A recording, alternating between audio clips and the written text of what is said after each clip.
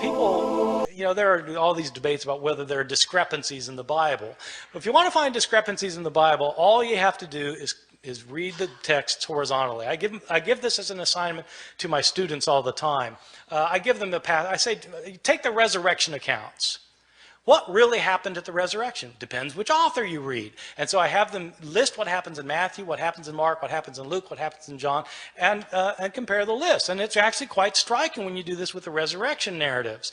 Because, well, who is it that goes to the tomb? Is it Mary Magdalene by herself or Mary with other women? If other women, how many other women? And what are their names? It depends which gospel you read. What do they find there? Is the stone rolled away already or is it not rolled away already? Depends which gospel you read. Who do they see there? Do they see a man there as in Mark? Do they see two men there as in Luke? Or do they see an angel as in Matthew? Depends which gospel you read. What are they told? Are they told to tell the disciples to meet Jesus in Galilee, or are they told to tell the disciples to stay in Jerusalem? Do they go tell the disciples? It depends whether you read Mark or whether you read Matthew and Luke. If they do tell the disciples, what do the disciples do? Do they go to Galilee or do they stay in Jerusalem? It depends which gospel you read. I mean, you just go down the line, and it's different. And that's what you get if you read these stories against each other. Well, if you do that in the story of the crucifixion in Mark and Luke, you come up with very, very different portrayals. The significance of that is not just that, okay, so there are discrepancies. Yeah, there are discrepancies, but that isn't the point. The point is that if you want to know what Mark has to say, you have to read Mark and not pretend he's saying the same thing as Luke, because they're different. And so Mark has to stand on its own as a literary production. In Mark's gospel, when Jesus is being crucified, in fact, it's a very gripping scene. In Mark's gospel, Jesus doesn't say anything while he's being led to the place of crucifixion. While he's being crucified, he's completely silent. When he's hanging on the cross, he's mocked by the Jewish leaders, by the people who are passing by in front of him. He's mocked by both robbers in Mark's gospel. Jesus doesn't say anything until the end in Mark's gospel. At the end, he cries out, Eloi, Eloi, lama sabachthani, my God, why have you forsaken me? And he dies. That's it. That's Mark. Very, very powerful and gripping. But people don't realize that this, because people think Jesus said all sorts of other things on the cross. Well, why do they think that? Because they've read Matthew, and they've read Luke, and they've read John, and they end up with the 7 last words of the dying Jesus, which are found in not one of the Gospels, but by smashing all of the Gospels together into one big Gospel. Now, it's perfectly legitimate to do that if you want to do that. If you want to read the Gospels and smash them all together so they're all right and they're all saying the same thing, but you have to realize that if you're doing that, you're writing your own Gospel. And you're making it say something that's different from any of the Gospels of the New Testament. Okay, so I mean that's the effect of doing that. In Luke's gospel, Jesus is not silent. He's not silent on the way to be crucified. He sees women weeping for him, and he turns to them and he says, daughters of Jerusalem, don't weep for me. Weep for yourselves and for your children, for the fate that's to befall you. He's more concerned about these women than himself in Luke's gospel. In Luke's gospel, he's not quiet while he's being nailed to the cross.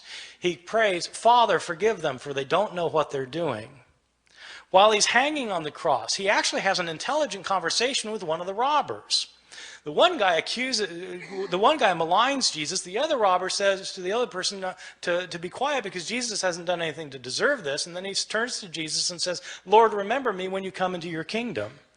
And Jesus says, truly I tell you, today you will be with me in paradise.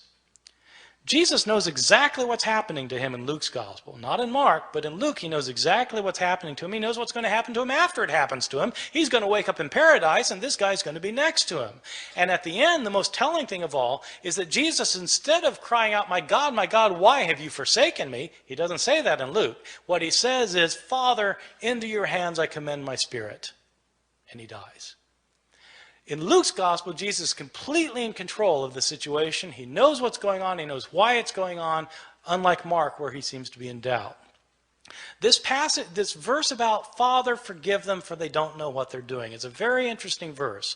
In early Christianity, this verse was interpreted not as a prayer of forgiveness for the Romans who were crucifying him. It was interpreted as a prayer for the Jews who had turn Jesus over to the authorities. Jesus is asking for forgiveness for the Jewish people in the interpretation of the early Christian interpreters of the passage. That makes it striking that in some manuscripts from the early years, this prayer is omitted by some scribes. Why would scribes take that lovely verse out? Well, it should be obvious why they took it out. They took it out because they interpreted it as a prayer of forgiveness for Jews, and these scribes didn't think God had ever forgiven the Jews. In the 2nd and 3rd centuries, Christians started saying that Jews are guilty for the killing of Christ, and that, in fact, the destruction of the city of Jerusalem in the year 70 by the Roman armies was a punishment by God given to the Jewish people for rejecting their own Messiah. In the 2nd and 3rd centuries, we have Christians who are saying that Jesus was God, so that when Jews, they would say, when Jews were responsible for the death of Jesus, we have some authors saying Jews are guilty of deicide. Jews have killed God, and God held them responsible.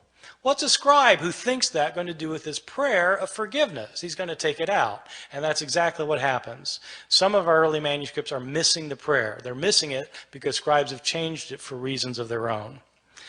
These are some of the big differences that you can find in the New Testament manuscripts, and there are all sorts of differences that you find.